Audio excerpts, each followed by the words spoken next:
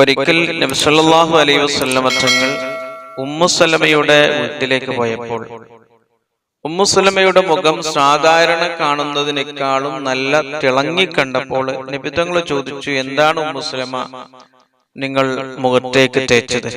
അപ്പോൾ ഉമ്മു സലമ പറഞ്ഞു, ഇന്നമാ ഹുവ സബിറുൻ യാ റസൂലല്ലാഹ്, നബിയെ സബിറാണ് ഞാൻ ഉപയോഗിച്ചത്, കറ്റാർ വാഴ അലോവര ജെല്ലാണ് ഞാൻ ഉപയോഗിച്ചത്.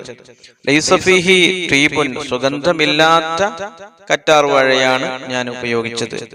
ഖാല, അപ്പോൾ നബി തങ്ങൾ പറഞ്ഞു, ഇന്നഹു യശുബ്ബുൽ വജ്ഹ, തീർച്ചയായും കറ്റാർ വാഴ അത് മുഖത്തിനിക്ക് നല്ല ഭംഗി ഉണ്ടാക്കും. ഫലാ തജ്അലിഹി ഇല്ലാ ബില്ലൈൽ, അത് രാത്രിയല്ലാതെ നീ ഉപയോഗിക്കരുത്.